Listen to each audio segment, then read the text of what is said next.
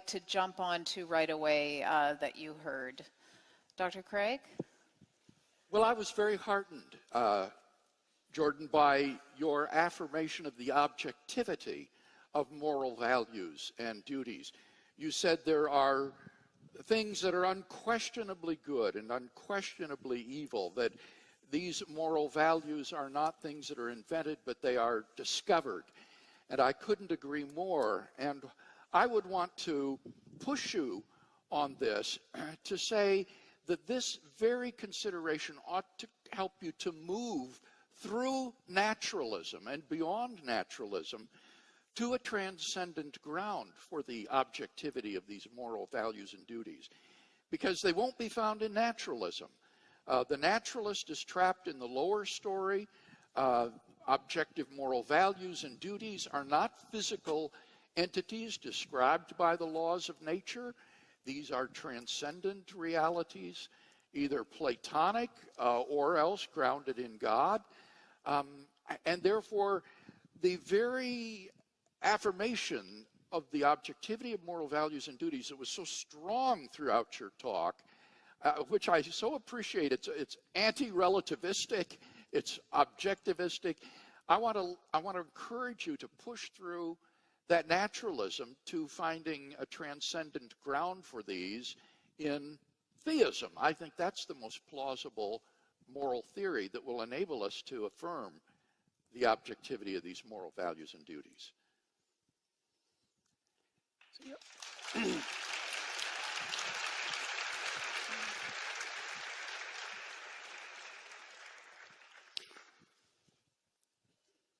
I've tried to work out the sorts of ideas that I portrayed in this talk today within a naturalistic framework as much as possible.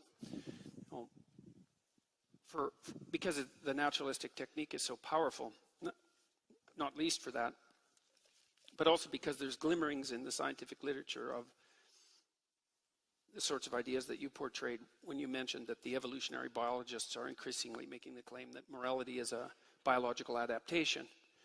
And I think you can make a very strong case for that, a much stronger case than has actually been made so far.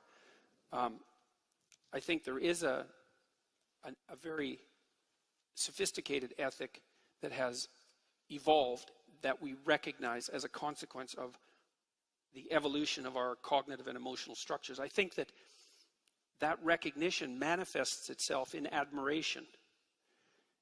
People are very imitative.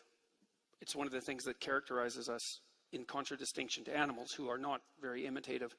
It's probably the precondition for our linguistic capacity.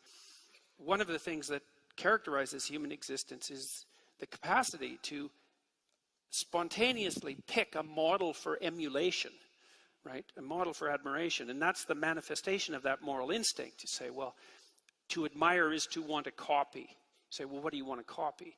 Well, you want to copy that which is most admirable. What is most admirable? Well, what is most admirable, that starts to become a transcendent question, right? You can imagine that the local examples of what's admirable, they're right in front of you and they're concrete and tangible, but to abstract out from that which is admirable in and of itself is simultaneously to construct something like the representation of a transcendent good. And that's, to some degree, how religious conceptions emerge from their underlying biological substrate. Now, you might say, well, that's merely reducing the religious conceptualization, the religious abstraction of what's good, to the biological substrate. And I think you can read it that way, but I don't think that that necessarily indicates what it is. I think that the entire process of evolution is somehow shaping itself around maybe Platonic ideas, something like that, some transcendent good. And that it's a mistake to assume that just because you can make an association between the transcendent abstract good and the process of evolution, that one is necessarily reducible to another. It isn't the way reality works. To commit the genetic fallacy, to try to say that because one's moral beliefs originated through such a biological evolutionary process, that therefore they are explained away and have no objective validity. That just is to commit a genetic fallacy. Well, I think partly what happens too is that At that level of analysis, you have to start questioning your initial presumptions, like the idea that the most true truth is objective, because I'm not sure it is. I don't think we understand what constitutes truth very well. And there's the truth that you act out, as well as the truth that tells you what the world is made of. And those aren't necessarily the same thing. And so things get very murky at that level of abstraction. But one thing I have learned from attempting to reduce religious preconceptions to their biological substrate is that there's always something left over that you haven't explained. And it's not something trivial, because every time I look into what's left over, it turns out to be unutterably deep. And I get rid of some more of it, and the rest becomes unutterably deep. And so, yeah. Well. Okay. Thank you. Dr. Goldstein? Yeah. I believe just as strongly in objective moral truths.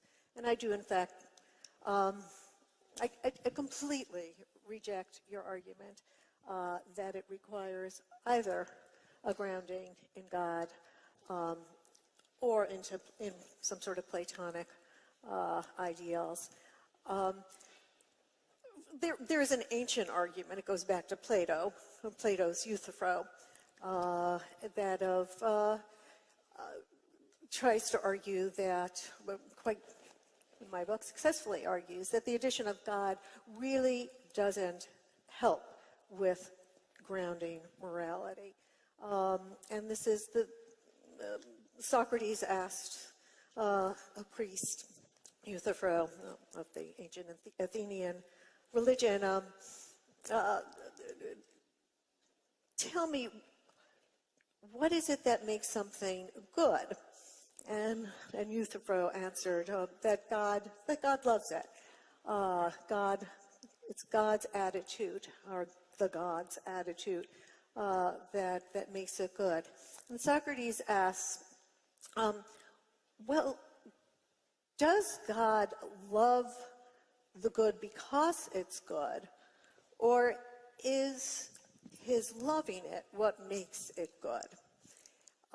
If it's the first, that God loves giving to the vulnerable, to the victims, to the orphan, to the widow, because it's good, then there is something independent in virtue of which God loves these actions that makes them good, and that constitutes the reason for the goodness. If God hates genocide and loves charity, then there is a reason in virtue of which God has these moral attitudes.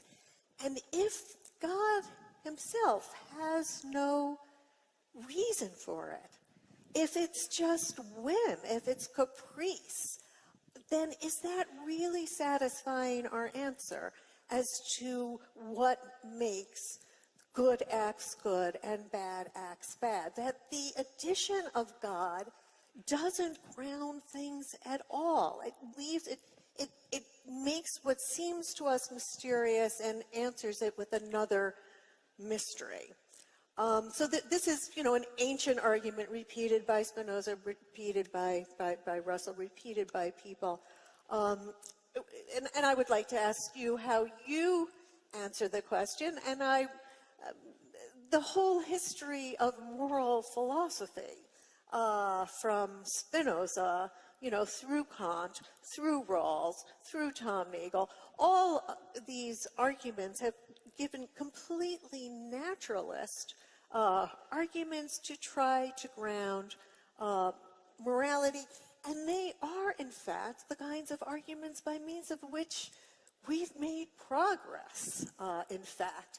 That all of the individual rights movements, anti-slavery and emancipation of women and on and on and on, have been made on the basis of completely naturalist arguments, taking it as elemental from something that we learn from our own lives, that we matter, and that if we want to answer what is it in virtue of which we matter, what we get to fairly quickly is it's in virtue of something that we share with everybody else. And this is the kind of arguments that have actually had real consequences in terms of emancipating and making real people's lives better ever since, I would say, the Enlightenment, actually. And so I guess my question to you is double. What do you say to the Euthyphro argument? How does God really help?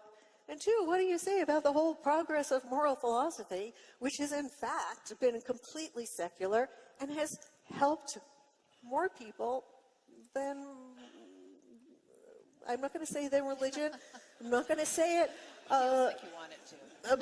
But religion, believe me, has made a lot of people suffer as well. When you speak about Auschwitz, it's very hard for me not to cry. Every person of my generation in my family is named after a dead child who died there. So to me, this is extremely personal. My very name, Rebecca, is some child who died. So that this is, how does this come up? I don't know. I just had to say it. I'm sorry. Those are my two questions to you. Good. I'm really surprised.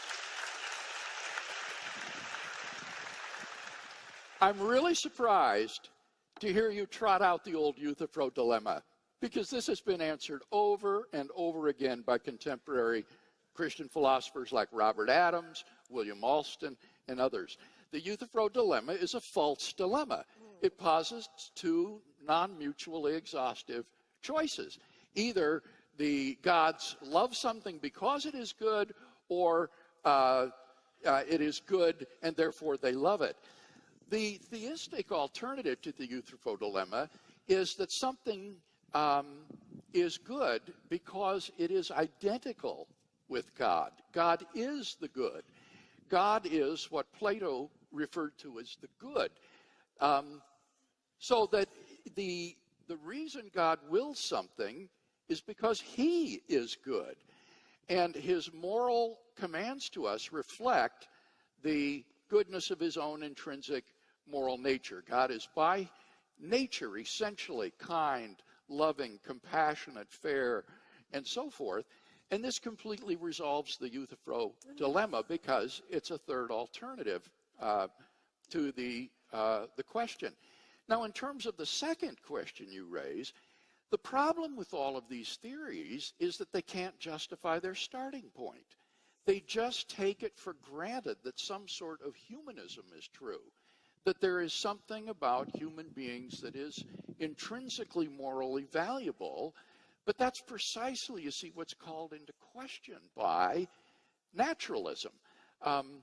If the film of evolutionary history were rewound and shot over again, a very different sort of creature might have evolved from the evolutionary process with a very different set of values. And by what right would we be able to say, well, our values are the correct ones and yours are the wrong ones? It's all socially, culturally relative. And so while I applaud the advances in human rights and things of the sort that you mentioned, I want to help by offering a foundation for the objectivity of the moral values and duties that we both hold dear, a foundation that I think is conspicuously lacking in naturalism. I think the way you approach this is wrong.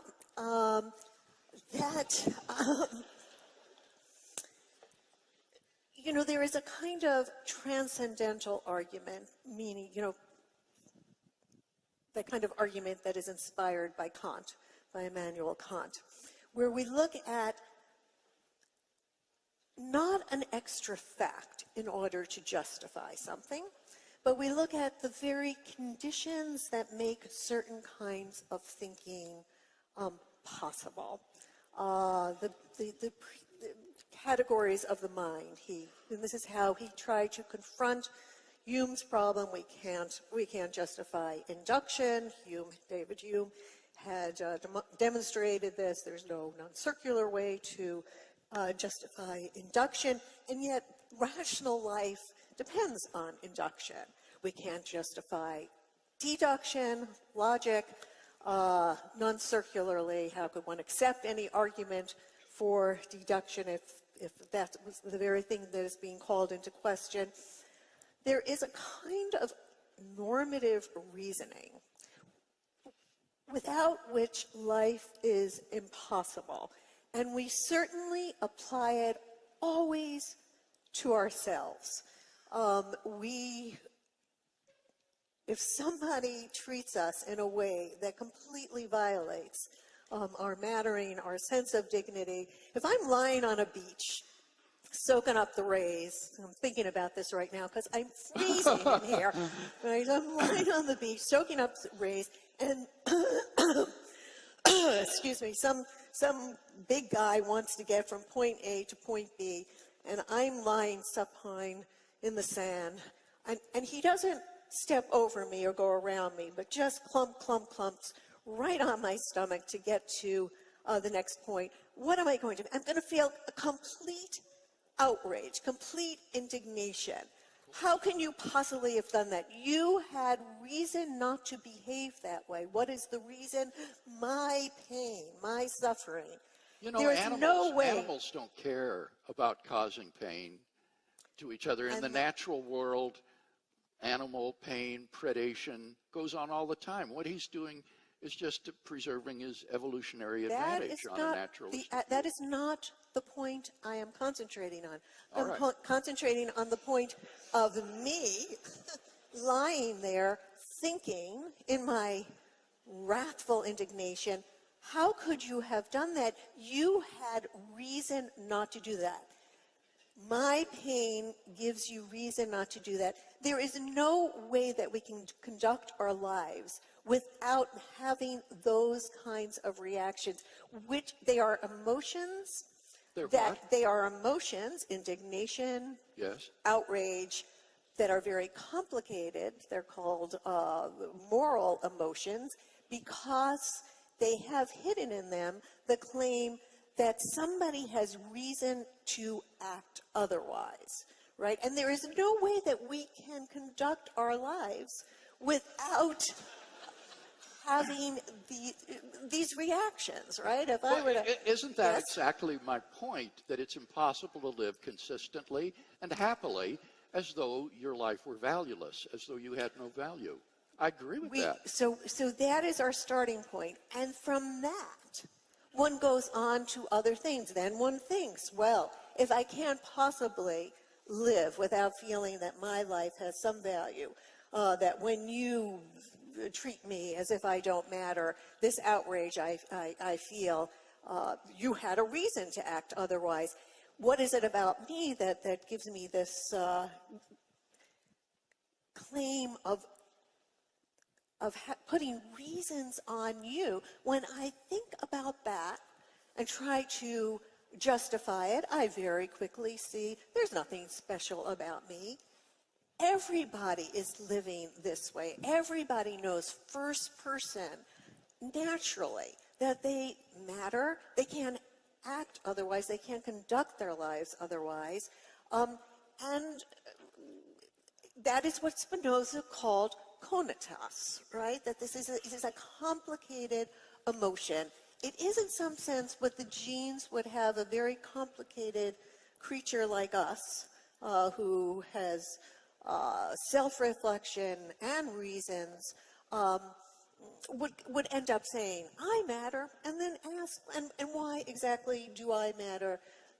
You come to the conclusion, not so quickly, right? It's taken us millennia. It's, because I come from this tribe, or I'm a member of this race, or this people, or I'm this gender, or whatever. Slowly, it's taken us a very long time to actually get to the point, and moral philosophy has helped us a great deal here, that what it is in virtue of which I matter is the same in virtue of which we all matter. Why do so many people then tussle with the question of, do I matter? Like, why do so many of us struggle with the meaning of life then? Well, we're all pretty much painfully self-aware of all our inadequacies. People know that they're finite and brutally breakable and capable of reprehensible actions. And it makes all of us doubt the validity of our claim to a continued untrammeled existence. And we have to bear the existential guilt that that knowledge of finitude and insufficiency and malevolence leaves us with. And I would say that's part of the call to noble action as an antidote to precisely that. And that call to what you could be rather than what you are. And that's a good call to meaning. I also had an answer to your question. I had a dream. I had a dream once, and I'm speaking psychologically here, not theologically. I had a dream once.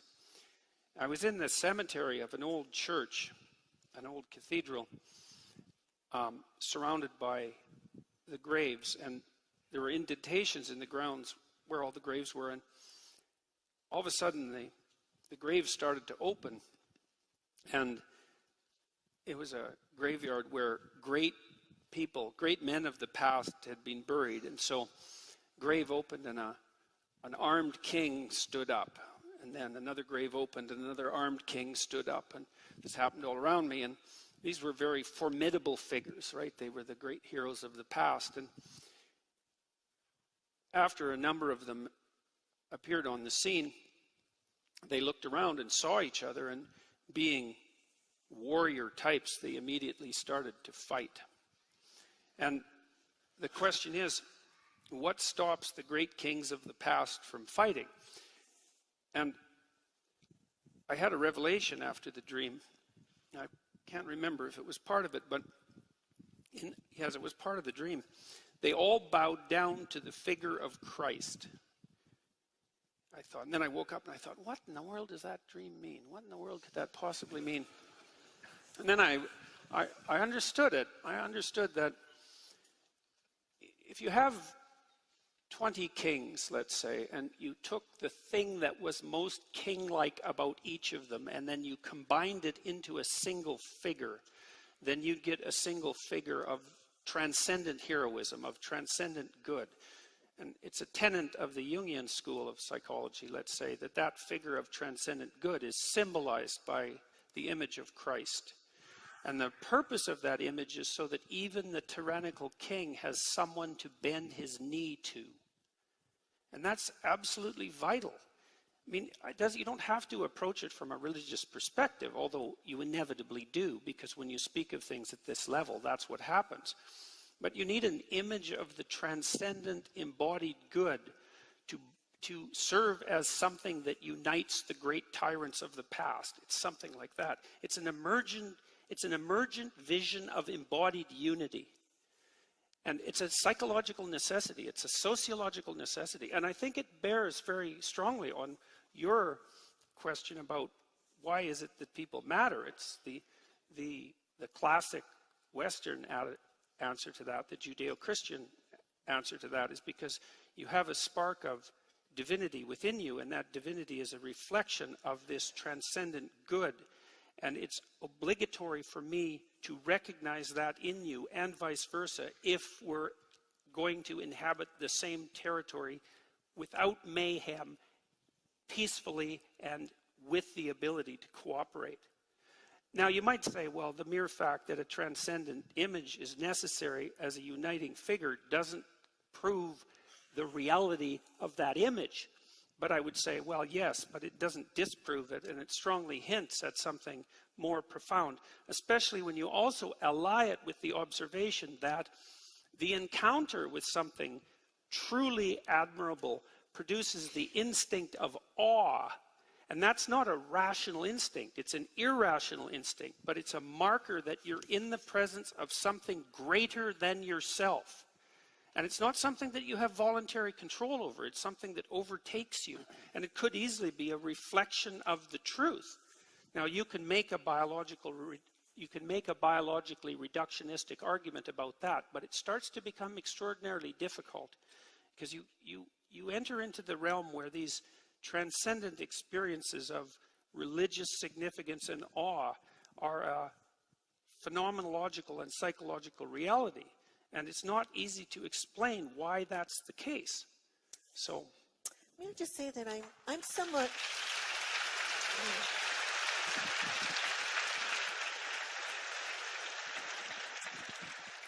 I am somewhat suspicious of the transcendent.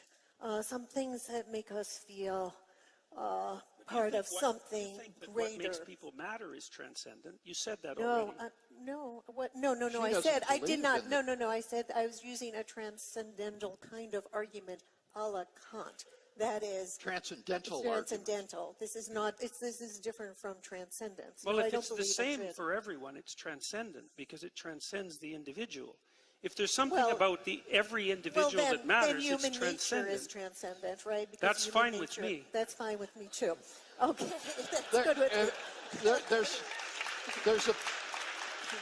there's a vocabulary confusion here that needs to be cleared up. You're talking about a transcendent reality beyond the natural realm. Rebecca doesn't believe in such a reality. She says everything is confined to the laws of nature and things subject to that.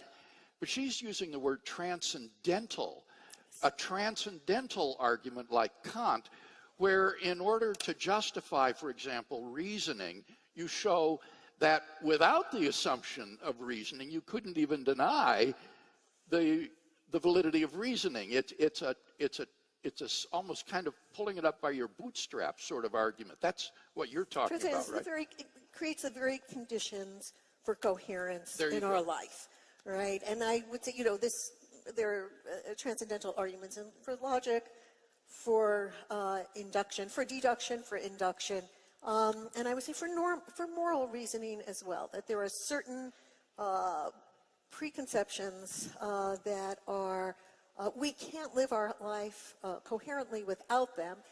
We can stop with ourselves, but if we push it further, that's exactly what the Spinoza's project was, a completely naturalist deduction of ethics. He calls it the ethics. It had a profound effect on European history. It took 100 years, but it seeded the Enlightenment, from which so much moral progress has derived, that I am very much a beneficiary of it as a woman, as a Jew. I am very much a beneficiary of that, of what came from the Enlightenment. What did I want? But the thing that I was that makes me the bigger being part of a movement that's bigger, makes us more than we are. This kind of trying to transcend our humanity. That makes me very nervous because again, the imprint on my mind is always both the victims of the greatest horror that I know of, and the perpetrators of it, who felt so transcendent, those Nazis, right? They were part of a very larger than life movement that made them feel, talk about symbols galore, spectacle galore. It was a kind of drunkenness, of transcendence. I have a horror of that. I'm nervous about that. Give me music, give me art, give me great novels, give me poetry, that kind of transcendence. But this sort of transcendence, that is the transcendence that makes us feel all at one in our humble humanity. That kind of transcendence I believe in. But I don't like the larger symbolic, we are transcending our human condition. Let's just be human. That would be triumph enough. We want to move very quickly into starting to take questions because we're the time is moving. But first, I want to talk about the Twinkie in the room, because that really is about religion. I think putting rules on. You have an answer to the meaning of life that religion would be a freedom experience, I'm sure. Can you respond to that, Dr. Craig? I didn't catch the question. Just this idea of religion being an oppressive reality versus a meaningful reality for the meaning of life. I think that the argument that I have offered this evening is simply irrelevant to the societal effects of religion. You cannot judge the truth or falsity of a worldview based upon its societal impact. For example, Einstein's theories of relativity, being largely misunderstood, led to a cultural relativism where people thought he meant or taught everything is relative. They didn't understand the difference between relativity and relativism. And so in some ways, relativity theory has had negative cultural consequences in terms of promoting a kind of moral relativism. Does that show the theory is false? Of course not. The truth or falsity of a worldview doesn't depend upon its societal impact. And so as a philosopher, I'm just not that bothered or interested in what are the social implications of theism. I'm talking about a metaethical argument, a metaphysical argument that will give us an objective grounding for significance, human value, and purpose in life that can then be fleshed out in practical, normative ways. This is from a viewer. How does your perspective on the meaning of life account for evil and suffering? Would you like to take that first, Dr. Peterson?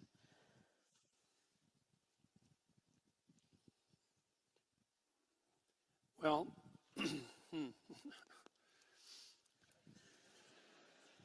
I read something very interesting many decades ago. It was a Jewish meditation on finitude. And it was presented in what you might describe as a Jewish Zen koan. There aren't that many of those. So here was the question. What does a being who's omniscient, omnipresent, and omnipotent lack? So those are the three classical attributes of God. And the answer was limitation. And that was the reason for the creation of man. That there's something about limitation that the absolute lacks. Say, well, being requires limitation, let's say, because if you can be anything at all at any moment, then you're everything at once, and in some sense, you're nothing at all. We're in this situation. Our being is defined by our limitations, and that produces suffering. The question is whether there's a mode of being that justifies the suffering. That's the fundamental religious question. And I think that the answer to that is yes. So being requires limitation. Limitation necessitates suffering, but there are modes of being that allow you to transcend the suffering. That's the hope. And then with regards to evil, it seems to me, I have to speak metaphysically or theologically here, that a universe without the possibility of evil is also one without the possibility of good. And I would say that if human beings conducted themselves properly, we could have a universe where free choice was the rule. We were free to choose evil, but there would be no evil because we would choose good. And I think that we should be very careful at laying the existence of evil at the feet of the Creator without looking to our own role in producing it. So that's my answer to that question. Dr. Craig, would you like to? Okay.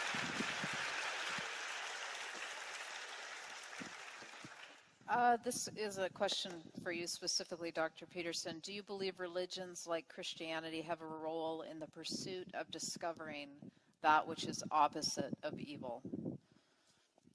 I think that that is what they are, fundamentally. I've spent a lot of time trying to understand the underlying narrative structure of the Bible, for example. It's a very strange collection of books, but it has a narrative structure. And the narrative structure is something like, well, people fell into history when they became self-conscious. And because they were self-conscious, conscious of their own limitations, conscious of suffering itself, they were also able to become and motivated to become resentful and cruel and bitter and homicidal and genocidal. And that's, I suppose, in some sense, the genesis of evil. Our life is bounded by suffering and tainted by malevolence. And there's a pathway through that. And as far as I can tell, the entire Bible is a meditation on the pathway through that. Now, it's not a meditation we understand because most of it's story. It's embedded in stories. And stories are the way that we transmit information that we don't yet understand. But I think that the Bible, properly understood, is the best, what would you say? It's the best set of instructions that we have to understand what it would mean to live a life that would enable us to bear suffering nobly and to constrain malevolence. That's what it looks like to me. I mean, I can give you a quick example of that. There's an idea, deep idea, that emerges in the first chapter of Genesis, that being that extracts habitable order out of nothingness and potential uses truthful speech to do that as the mechanism by which that occurs. And that the habitable order that's extracted from the chaotic potential by truthful speech is good. And that the capacity to do that is part and parcel of each human being, something I believe to be as accurate as anything can be accurate. And so there's an idea right in the beginning, right in the first chapter of that book, that if people spoke truthfully, that the order they spoke into being would be good. And I believe that to be the case. And I think that people experience that in their own lives. You know what happens if you lie to yourself. You know what happens if you lie to other people and betray them. You produce little pockets of hell within you and around you. And if you cease to do that, then things improve. And that begs the question of just how good they could get if we ceased to do that altogether. So. Thank you. Dr. Craig, this question is for you. All right. Why does the lack of ultimate significance entail the lack of temporary significance? It seems to me that in order for something to be significant, to be important, it needs to make a difference. That's what it means to be significant. And so if no matter what you do, everything winds up the same, your choices are ultimately insignificant. That is to say, they're inconsequential. And on naturalism, all of our choices, the entire human race, is ultimately inconsequential. It doesn't matter. It's insignificant. And that seems to me to be virtually undeniable on atheism. May I deny it? Excuse me? May I deny it? Sure. Somehow it's this temporality that seems to really matter to you. That unless it is, you say, you're right, it's almost a tautology. In order for something to be significant, it has to make a difference. But why can't it just make a difference for some duration and not forever?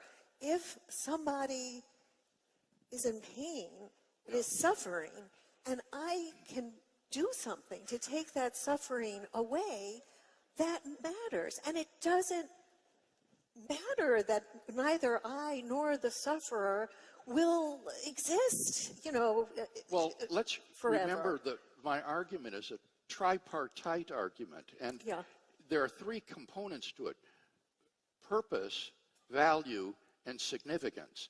Now, I agree that if things have objective moral worth and value, then their being merely temporary does not mean that they're insignificant. That in that case, you can have significance despite its transitoriness in virtue of its moral worth. But my argument is that in the absence of God, there isn't any objective foundation for the affirmation of objective moral values and duties. These are simply illusions fobbed off on us by the socio-biological evolutionary process. And therefore, you can't rescue significance by appealing to the inherent moral worth of temporary things. If it were only the biological process, the evolutionary process, how could it be that through reflection, slowly, far too slowly, we actually can make progress, right? Everything. There's nothing more biologically determined than male dominance over women. Nothing is more, right? This is... Well, now wait, Rebecca. By what? By what? Yet, You underestimate women. we have our ways, but we are slowly, there's all sorts of behavior that is biologically determined, right? Xenophobia. I spent a lot of time in Africa observing the chimps. It was one of the most amazing experiences for me. I mean, I came back and I could only see, I came back to a conference, actually, and there were two men on either side of me. So this is my fate, this is my doom.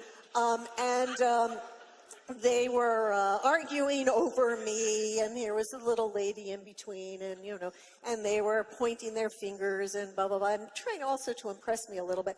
And all I could see was what I had just seen in Uganda, right? These men. You mean among the bonobos and the chimps? Not bonobos. Oh, bonobos are entirely different. Bonobos are Fair female. enough, but the point is among that the chimps, the same sort of social behavior exhibited by Homo sapiens is already present in their primate relatives, like baboons and chimpanzees. Yes. And there is no reason to invest human morality with any more objective significance than that kind of behavior that evolution is programmed into other primate species because it's advantageous in the struggle for survival. It's just a herd morality. That is not how we progress. That's not what? What civilization is, what moral progress is. Wait, where do you get the word progress? Oh, yes, I get the progress. A naturalistic worldview? I think on a naturalistic worldview, you would be justified in talking about moral change. But the word progress smuggles in a standard. No. But that's because you think on a naturalist basis, on a purely naturalist basis, there is no way to justify, to ground objective morality. That's what you, True. I mean, right. Since I don't buy that premise, I do think that one can talk about moral progress. Could I read you a quotation, and I want you to comment on it? Sure. Okay, and here's the... Before you do that, we are running out of time, All right. much as I hate to say it. So please do that. Please do that. And then I'm going to ask you to each make a last statement. The scientific outlook has taught us that some parts of our subjective experience are products of our biological makeup and have no objective counterpart in the world. The tastiness of fruit and the foulness of carrion, the scariness of heights, and the prettiness of flowers are features of our common nervous system. And if our species had evolved in a different ecosystem, or if we were missing a few genes, our reactions could go the other way. Now, if the distinction between right and wrong is also a product of brain wiring, why should we believe it any more real? And if it is just a collective hallucination, how could we argue that evils like genocide and slavery are wrong for everyone rather than just distasteful to us? That's a statement by Steven Pinker.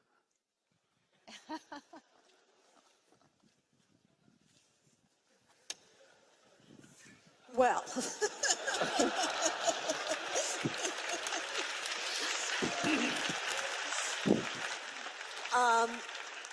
yeah, Steven Pinker clearly believes that we can make sense out of moral progress. And believes that we can ground morality on purely naturalist. We are creatures who offer reasons, right?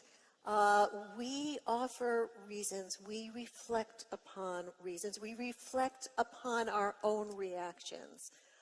Certain of our reactions are biologically determined, but we reflect on them. And we can ask whether or not this is how we are not animals. This is how we are not chimps. We can ask whether these reactions are right. What gives us the right? Were I not myself, would I tolerate this in somebody else? We're able to rise to that level. Evolution has given us that capacity. It's given us language. It's given us self-reflection. It's given us the ability to contemplate points of view other than our own. That's what human intelligence is. And given that, and given certain reactions that we have that ground our lives, that without these reactions we could not even pursue our lives, we can ask, what is it? Am I special? Am I special that I have the right to ask you to treat me with dignity? Is there something cosmological? Do I cosmically play some special role? No. Obviously I don't. That's delusion. That's insanity. This is the kind of reasoning that biology has equipped us with, that allows us to go beyond the chimps that we descended from. Thank you. I'm going to ask each of you, and I'm going to ask you to start with this, Dr. Peterson, and this is how we will end this evening. I'm going to ask you to pretend you're speaking to a friend or maybe a young person who is struggling with finding meaning in life, and I'm just going to ask you to share what you would tell them, how you would encourage them as we end out.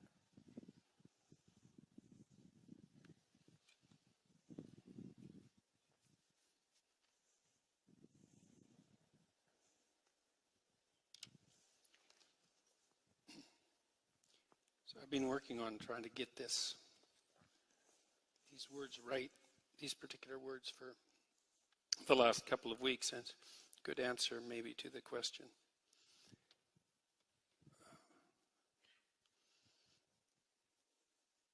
Being is suffering,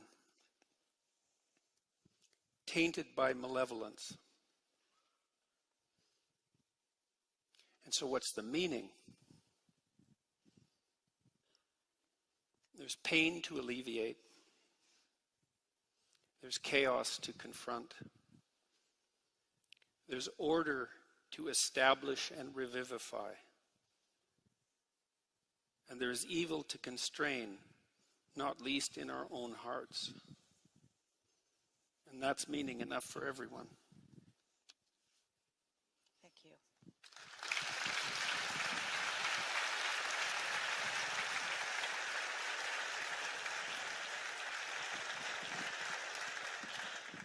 Dr. Newberger-Goldstein? We are creatures who, we're trying to get our bearings. This is, I think, something very, very deep about us. We come into this world, we want to know what it is, where are we, what are we, and what are we supposed to do with whatever it is that we are. We are creatures who are trying to get our bearings. And we ask two sorts of questions in trying to get our bearings. We ask what is, and we ask what matters.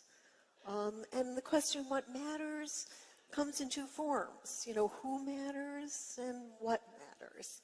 And we all want to matter. We all want to matter beyond the first person, the thing that's just given, that our genes are driving us to feel as if we're matter until our genes are replicated into the next generation. And there is, I guess I concentrate, you see a lot of darkness, and I see so much more light in trying to make our lives matter.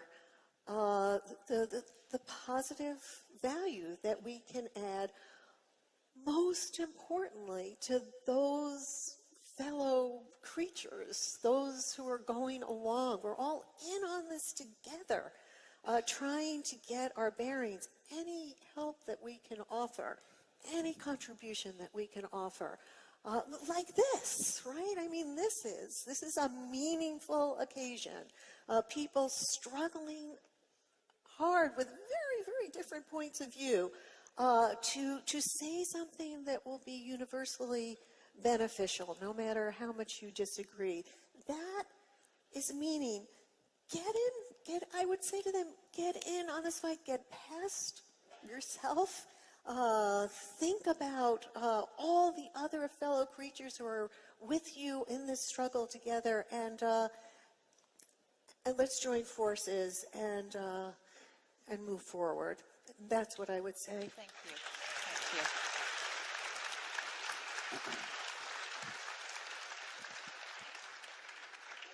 The great American philosopher William James once remarked that we may be in the universe as dogs and cats are in our libraries, seeing the books and hearing the conversation, but having no inkling of the meaning of it all.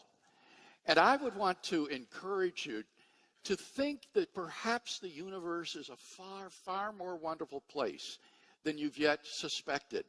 That there may be a transcendent, personal God who created the universe and you with a goal in mind to know him and enjoy him in a personal love relationship forever.